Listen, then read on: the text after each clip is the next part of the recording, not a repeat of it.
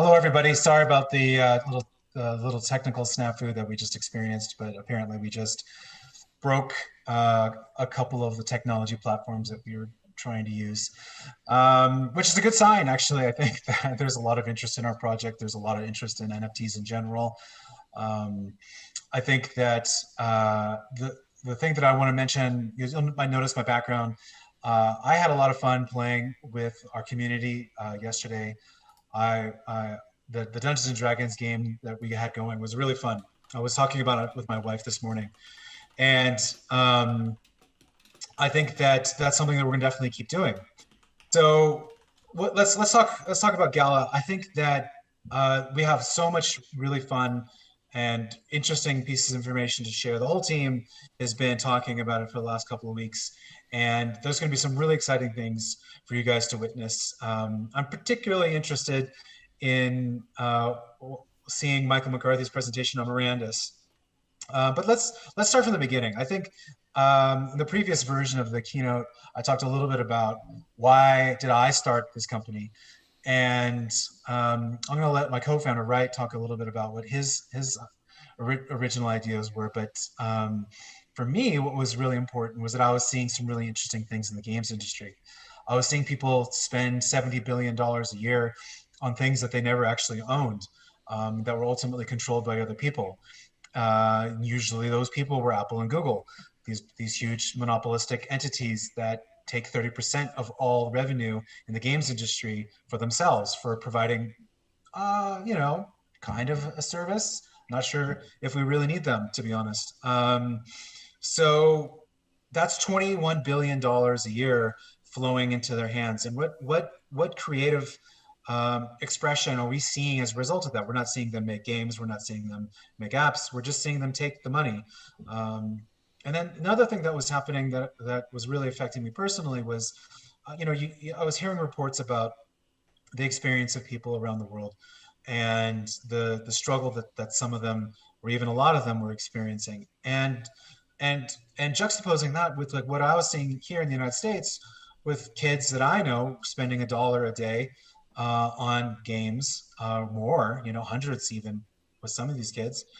And then, in some other countries, you have kids who are working in sweatshops for $1 a day. And I thought to myself, if we were able to decentralize the money that's flowing into the coffers of Apple and Google, then that would amount to a massive amount of money going into the hands directly of the people who need it the most. And the beauty of the blockchain really started to shine through for me, and how we could potentially be making this a seamless experience for people, that a kid in the United States or an adult in the United States, for that matter, could buy something directly from somebody in a place like Cambodia or something like that. And the person in Cambodia could directly benefit from that. So the cool thing about this, I think, is that this directly flows into our mission. So our mission being that we want to enable freedom and prosperity through play. And so what's more free than actually owning the things that you buy? So I know it sounds kind of ridiculous, but the story I'd like to tell people when I tell people about Gala is, imagine if you wanted to go buy your son or daughter or niece or nephew or your friend's kids a toy, and you went to a toy store. And before you could enter the toy store, you had to sign a terms of service agreement that basically said that whenever they felt like it, they can come to your house and take the toy back if you share it with other people. No one would ever agree to that. You wouldn't go to that toy store. You wouldn't buy toys from them. And the first time that ever happened, that the toy store showed up at your house, forcibly walked in and reclaimed the toy that you spent really good money on, well, there would be a massive uprising and people would never shop at that toy company ever again. But that's what we've been living with for the last 10 years or so. These huge companies can take our toys, so to speak, whenever they feel like it, for whatever reason they want to.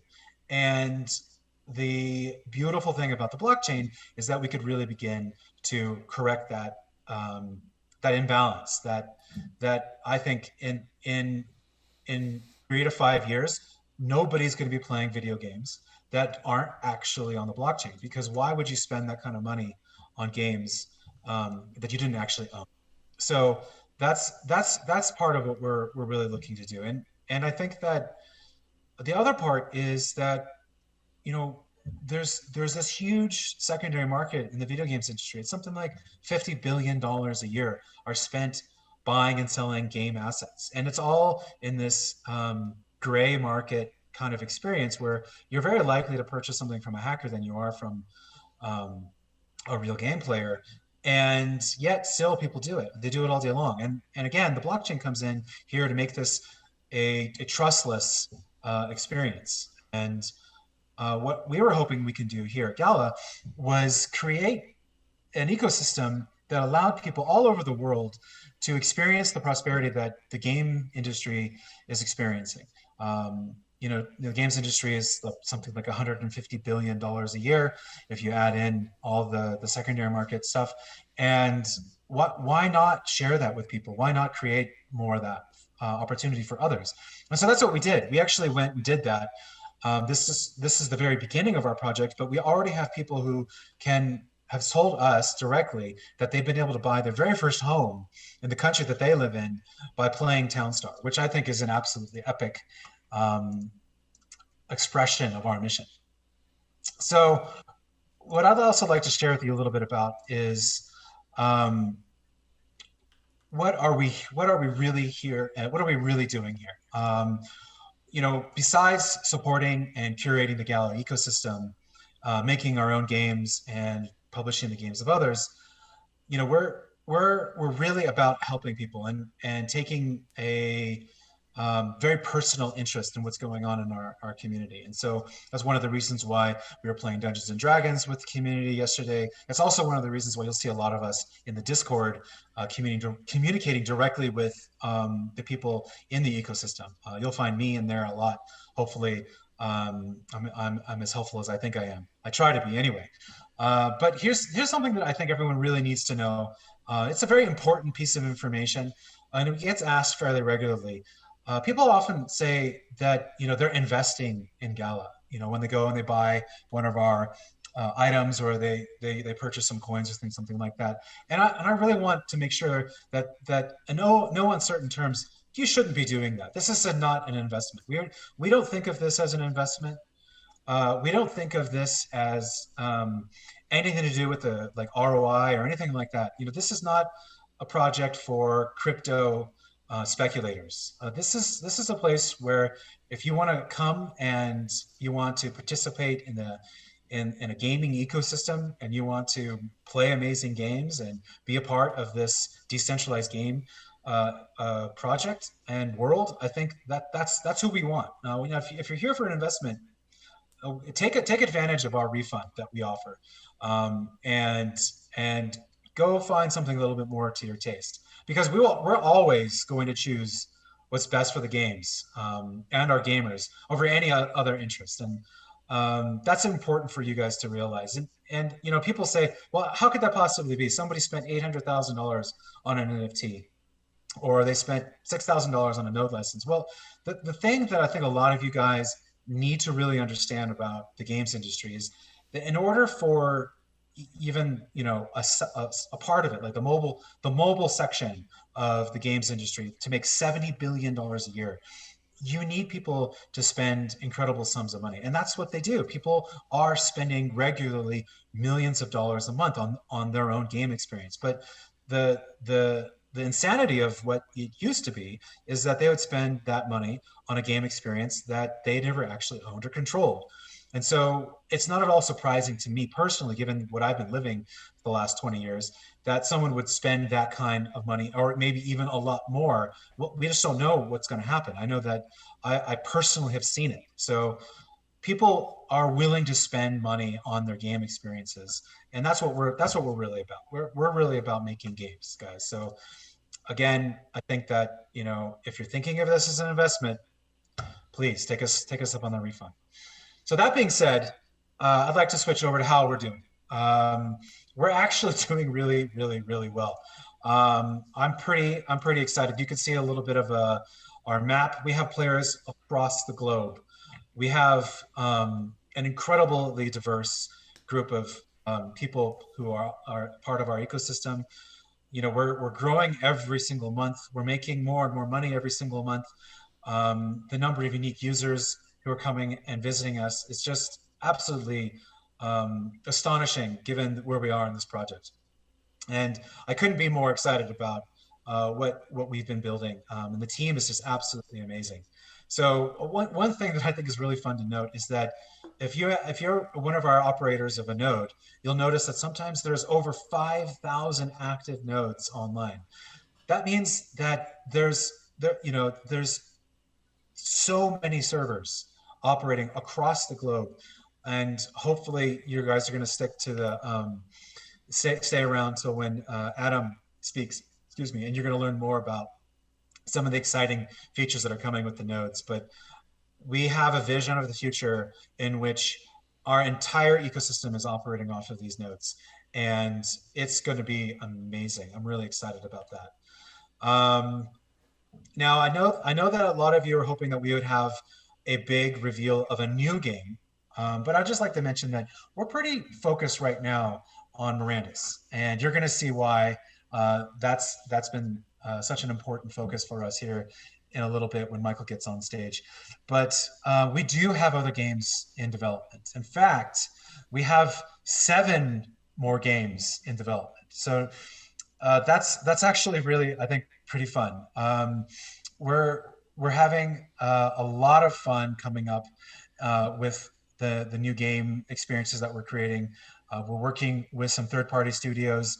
We're even working with some very large, very well-known AAA game studios that once we're clear to share with you guys what those images are, we're going to be really excited to do that. But you can get a sense here of the kinds of games that we're looking at building.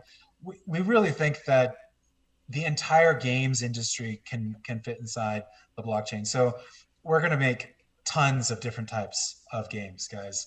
Probably the first game that you're going to see here pretty soon is a tower defense. It's a personal favorite of mine. I enjoy strategy games. I like tower defense. And I think it really kind of works pretty well with the whole idea of NFTs and land and upgrades and different things like that. So I think the fun thing about this game is that it's going to be based on the Binance Smart Chain. So we announced a little while ago that we were going to be working with Binance, and I think a lot of our users have been experiencing issues with Ethereum, and rightfully so. It's been kind of a pain in the ass, guys. I'm sorry about that, but hopefully working with Binance will change a lot of that for you guys. We also are talking to, as you know, Flare and Matic.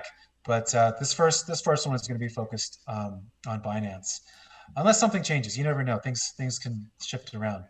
We hope to have our first token drops coming by sometime around the end of March. If it's not the end of March, it'll probably be in April, but it's coming soon. So, oh yeah, okay. So this is really fun. The next item on our little PowerPoint here is something that we've been thinking about for a while, the Gala Game Fund. So as a lot of you know, there's a big chunk of Gala that's been set aside for ecosystem development.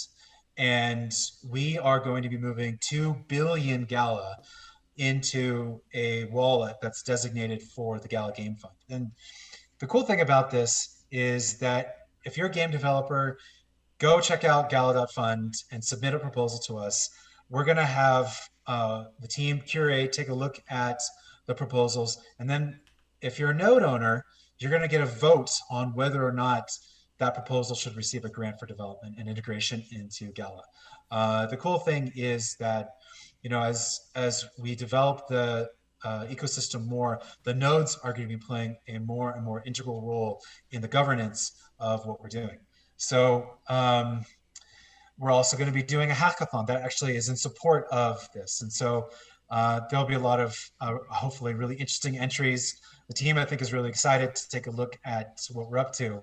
And these two ideas are going to work really well together. I'm hopeful that we are going to be able to see a lot of creativity from the ecosystem, from our users. I know I've seen people in our Discord talk about how they have their own personal project. I hope they submit their idea. I think that'll be really fun. The thing I just want to mention about this, one of the reasons why we have this isn't just to create more games for the Gala ecosystem.